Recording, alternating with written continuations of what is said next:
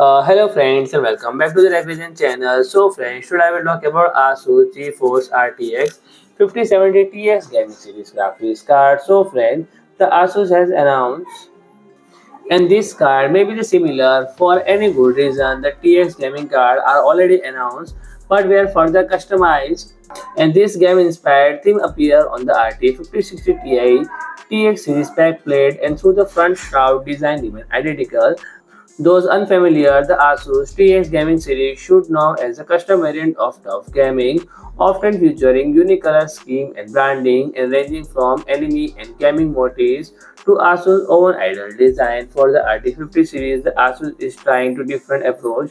This design is a unique of the entire RTX 50 series portfolio, and the RTX 5070 TX model uses a 2.5 slot design with 3 fans and the shroud and backplate are white and silver with 10 accents, and they launch of two versions OC and non-OC and offering effective overclock up to 2587 MHz in both variants.